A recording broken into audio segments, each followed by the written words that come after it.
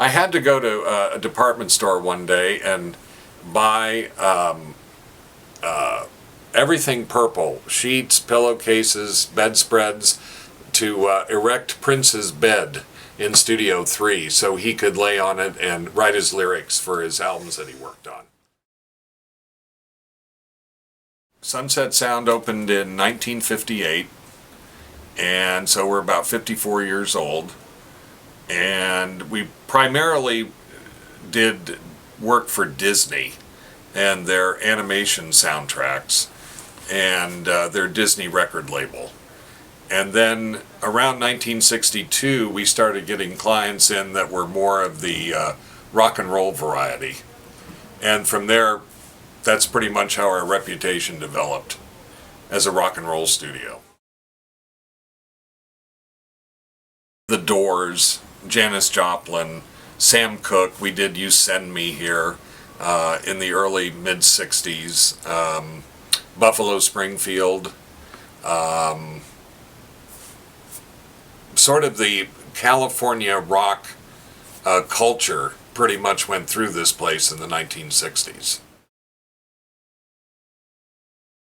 There weren't a lot of studios back in the 60s in town. There were a handful like Gold Star, United Western, which is now Ocean Way, and East West. There were the Capitol Studios, the RCA Studios, and TTG. So there were a very small group of us in the 60s that sort of started the whole LA recording studio industry.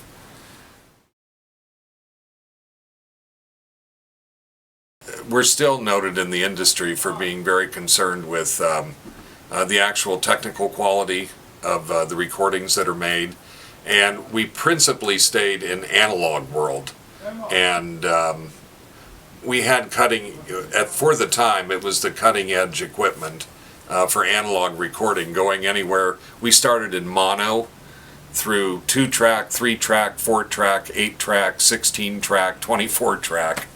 And we also emphasized technical maintenance. In other words, the idea was people come in here and work, and there's no downtime because of equipment failures.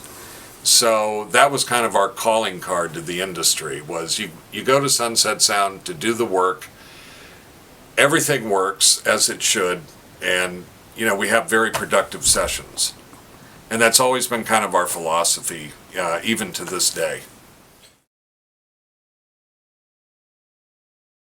We've integrated the latest digital technology in the place, but a lot of our clients, and even the young clients, young artists and whatever that are coming up now, they realize when they come here that the old analog type of recording sound is actually preferred by them over everything being done in the digital domain. So we'll do hybrid here. We'll track sometimes on 2-inch analog, go through our analog consoles, and also incorporate the Pro Tools digital systems in the recording process.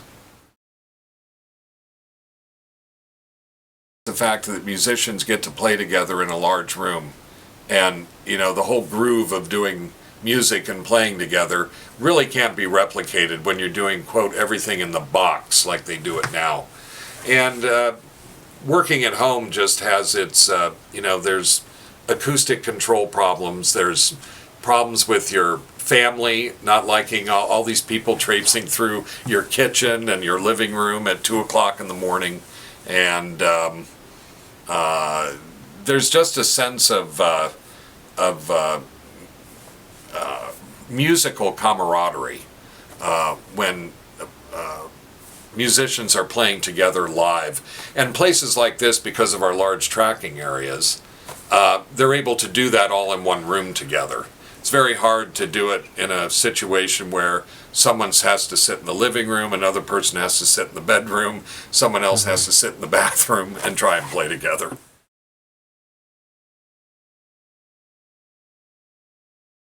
The industry has just contracted in size because of the downloading issue, and there's fewer bands being signed, the labels are smaller, there's more independent work going on. A lot of artists now self-finance their records and just use the record labels to license the product and market it for them. So the whole infrastructure of the industry has dramatically changed, particularly in the last 10 years, compared to the way it was. Well, with a 50-year history and the level of clientele that have moved through here over the years, it has just created the vibe of the place is what everybody tells me. I mean, the newer clients, the younger kids, the sense of history in the place. You know, they're working in the same room that so-and-so worked in, one of their favorite albums of all time, and they're just hoping some of that creativity and whatever rubs off on them.